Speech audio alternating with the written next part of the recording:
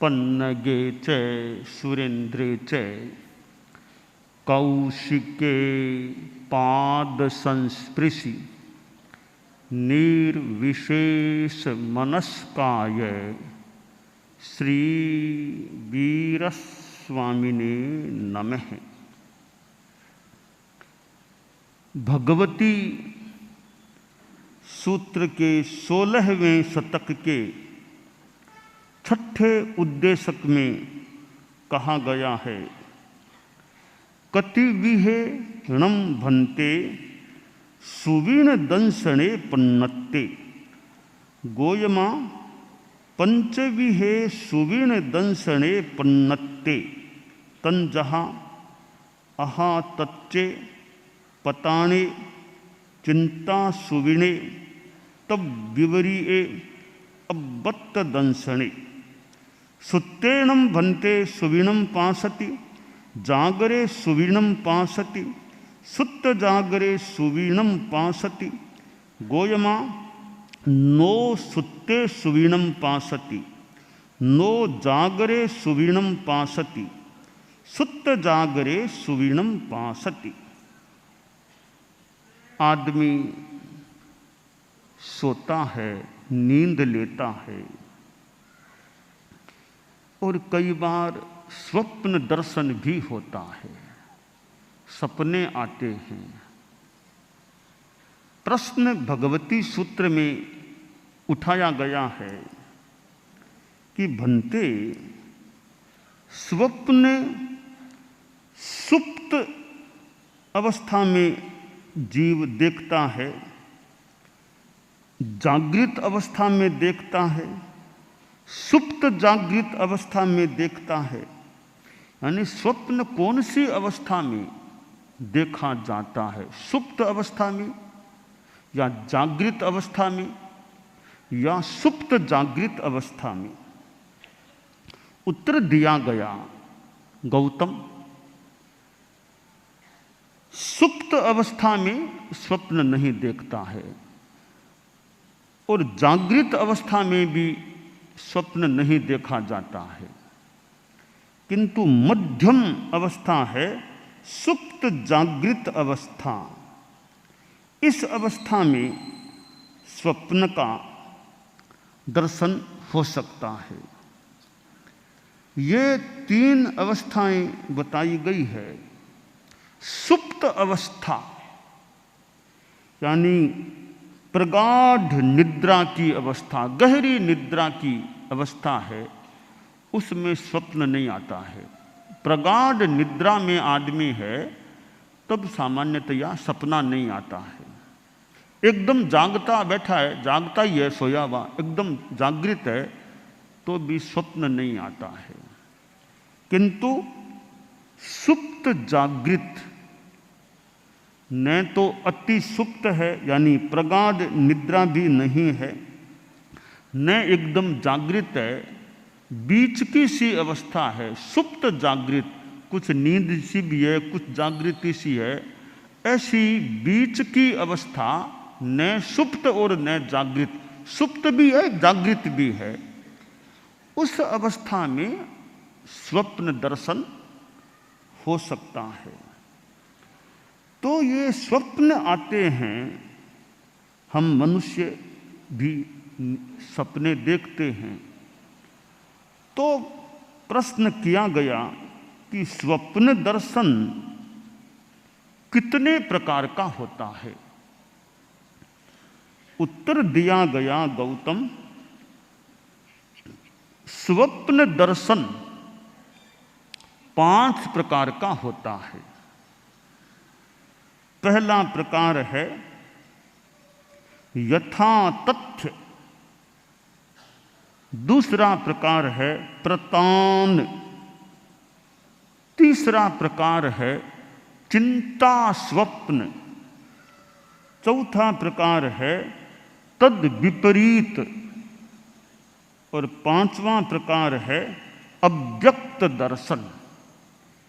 ये 5 प्रकार के स्वप्न दर्शन होते हैं। अब जो पहला प्रकार है यथा तथ्य, ये जो 5 कोटियां हैं बहुत मौलिक हैं स्वप्न दर्शन की। तो पहला प्रकार यथा तथ्य, इस कोटि का जो स्वप्न होता है वह यथार्थ होता है, उसका फल होता है। यानी वो स्वप्न एक तरह से फल का सूचक है कि ऐसा फल मिलने वाला है, ज्ञापक है। ऐसा प्रतीत हो रहा है कि स्वप्न आ गया, इस स्वप्न का कोई फल मिलेगा, यथार्थ फल मिलेगा। कैसे?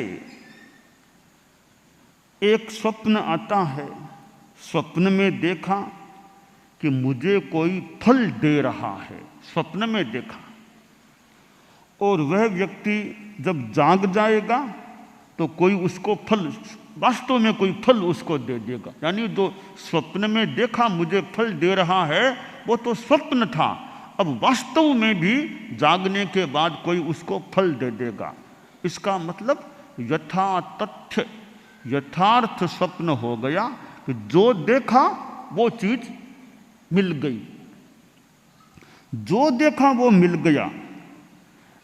वह है दृष्टार्थ अभिसंवादी।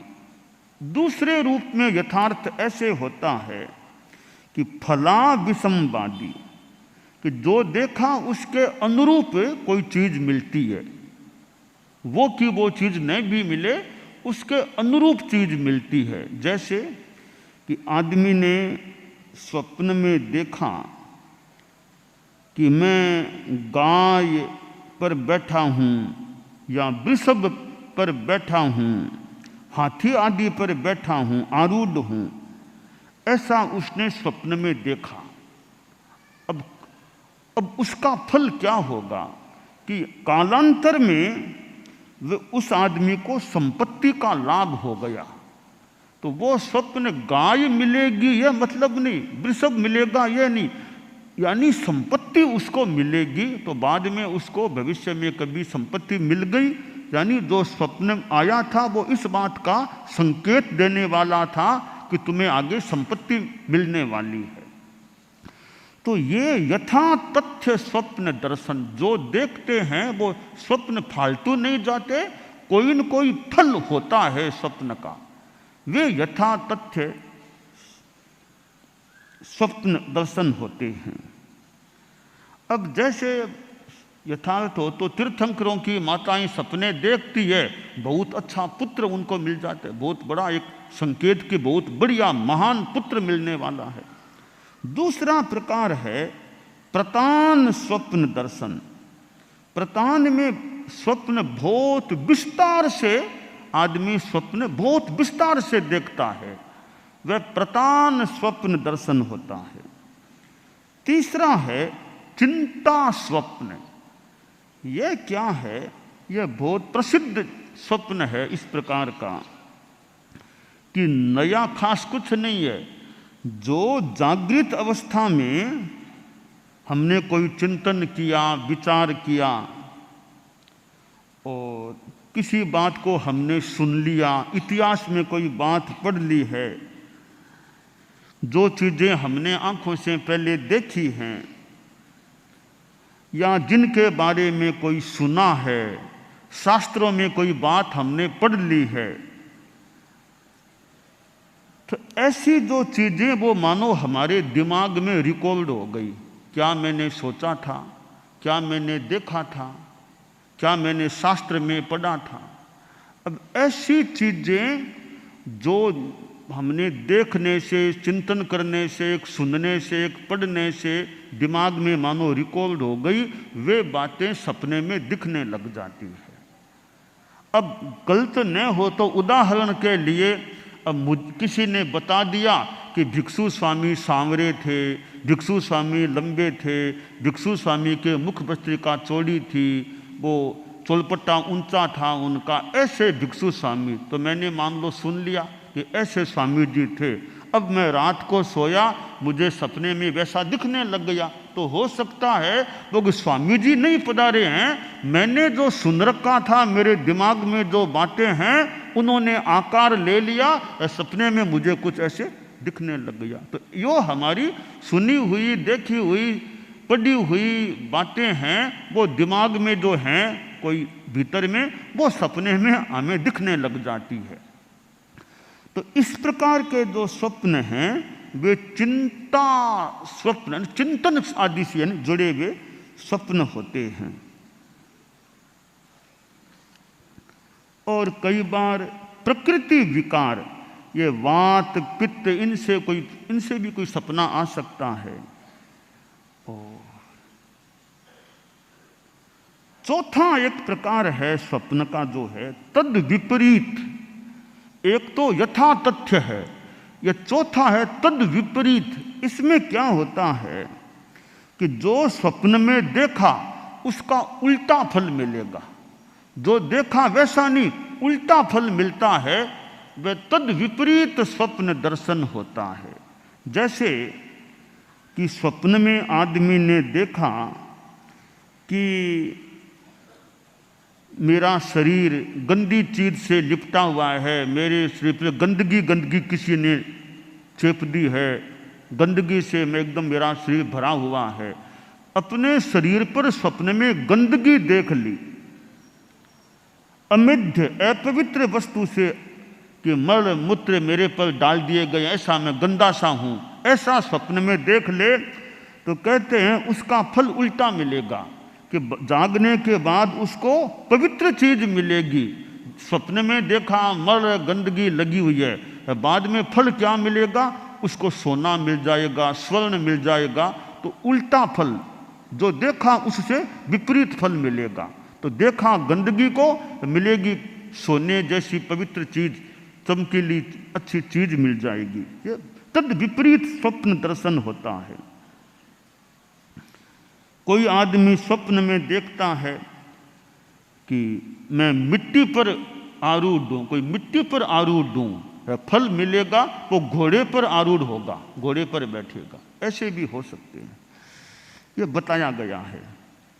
पांचवा प्रकार है अव्यक्त दर्शन, कि ऐसे सपनों में कोई पूरा साफ पता नहीं चलता मैंने क्या देखा, अस्पष्ट से होते हैं। कई बार हम देखते होंगे, उठे कि रात को कुछ आया था सपना, पता नहीं क्या, पूरी बात स्पष्ट नहीं होती है, वो अव्यक्त दर्शन वाला स्वप्न होता है।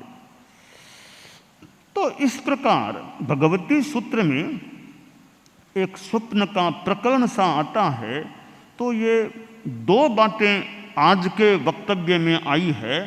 एक तो स्वप्न न सुप्त अवस्था में आता है न जागृत अवस्था में आता है, सुप्त जागृत अवस्था में स्वप्न आता है। तो एक यह बात आ गई है कि एकदम नींद गहरी है, सपना नहीं आता, एकदम जागता हुआ आदमी है, सपना नहीं आता, सोया जागता बीच की सी अवस्था है, थोड़ी कच्ची सी नींद है, संभवतः उस अवस्था में स्वप्न आ सकता है।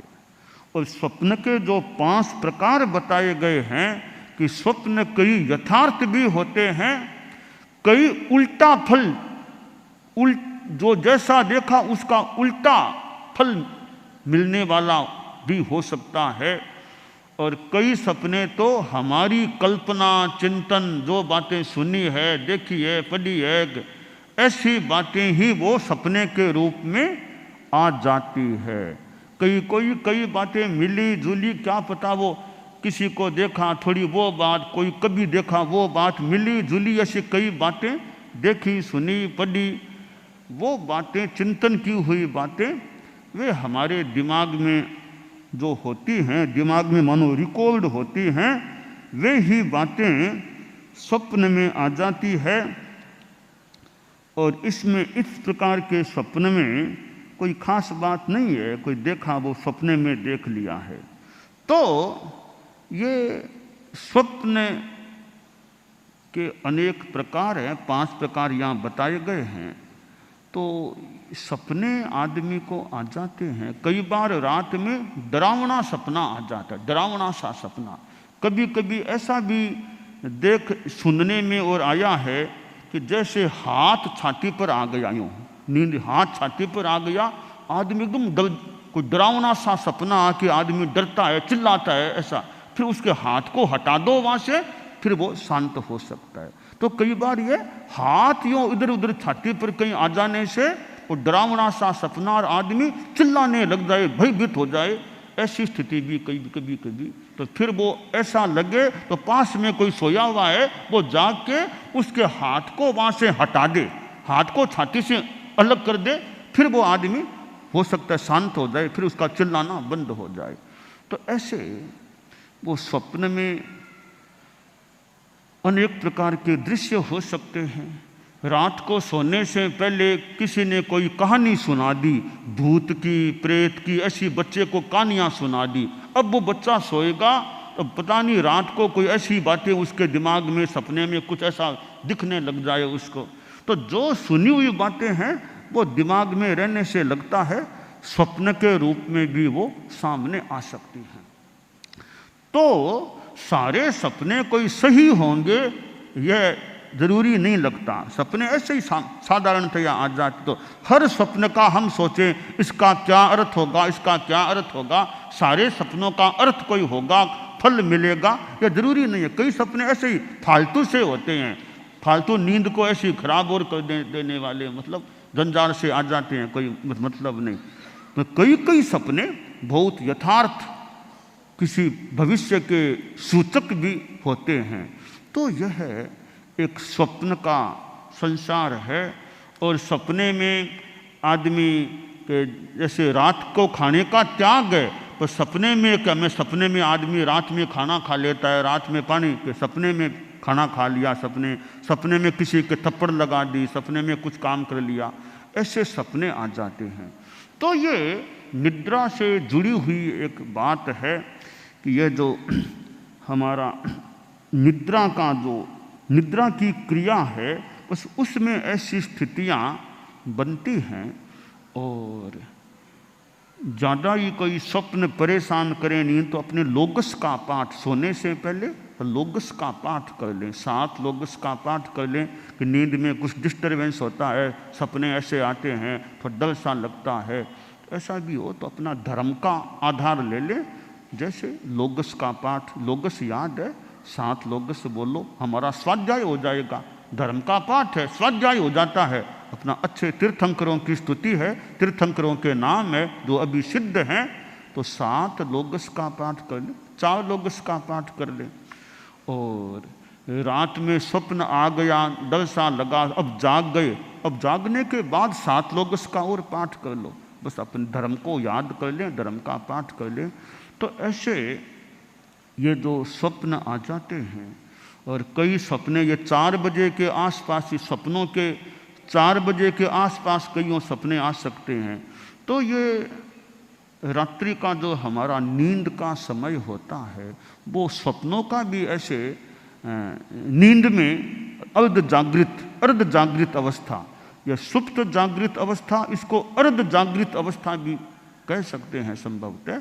इस अवस्था में यह स्वप्न दर्शन जो होता है, तो स्वप्न दर्शन हो जाए तो हमें ज़्यादा खोज भी नहीं करनी चाहिए, मुझे क्या मिलेगा, क्या मिलेगा, क्या मिलना, अपना शांति रखो, आ गया तो आ गया। स्वप्न को लेकर ज़्यादा कोई खोज करना, ज़्यादा पूछना, बताओ क्या मिलेगा, मुझे यह फल, आ गया, अपना धर्म का नाम ले लो, धर्म को याद कर लो, लोगस आदि का पाठ कर लो। तुम्हें यह मन में है कि मेरा बुरा हो जाएगा तो बस डरो मत, लोगस आदि का पाठ कर लो। तो इस प्रकार वो स्वप्न को लेकर के वो ज़्यादा हमें इसको ज़्यादा महत्व नहीं देना चाहिए कि मुझे ऐसा सपना आ गया, अब मुझे यह मिलेगा कि यह मिलेगा, कि मेरा अनिष्ट होगा कि वो होगा। बस डरो मत, अपना शांति रखो, समता रखो। ज़्यादा घमंड भी हमने कि मुझे इतना बढ़िया सपना आ गया, इसका ज़्यादा घमंड भी नहीं करना चाहिए। तो हमें इसमें भी समता और शांति का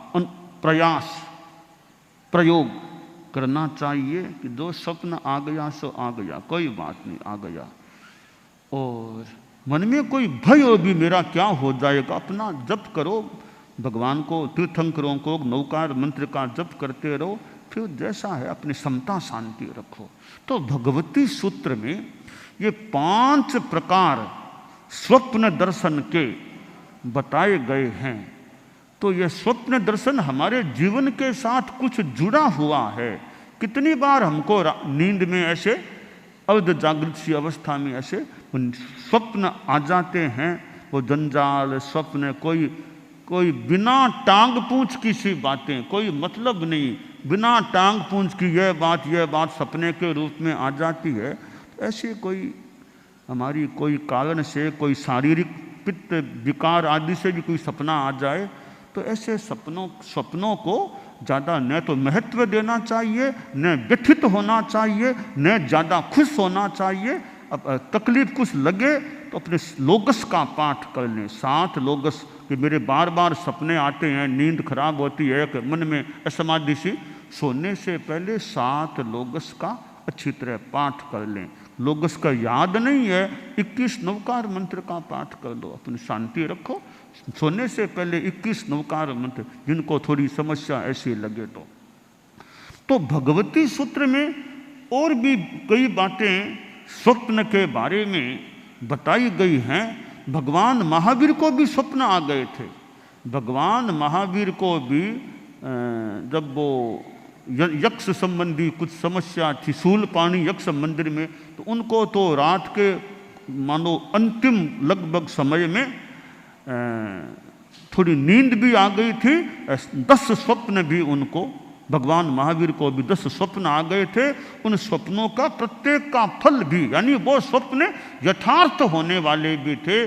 कि जो 2 मालाएं देखी तो 2 प्रकार के धर्म का निरूपण किया। ऐसे 10 स्वप्नों के अर्थ भी, वहाँ के किस स्वप्न का क्या फल होगा, ये भी विवरण हमें प्राप्त होता है। तो हम अपनी नींद में भी जितना धर्म में रह सकें, शांति में रह सकें, और स्वप्न के कारण से आर्त ध्यान में भी न जाएं, लोगस का पाठ, नवकार का पाठ, इसका आलम्बन रखें, तो हमारी वो आत्मा की शुद्धि की बात भी ठीक रह सके, समस्या से मुक्ति भी हो सके, ऐसा प्रयास हम कर सकें। तो जैसा अवसर हो वैसा अपना लोगस नवकार का पाठ, कोई समस्या लगे तो किया जा सकता है।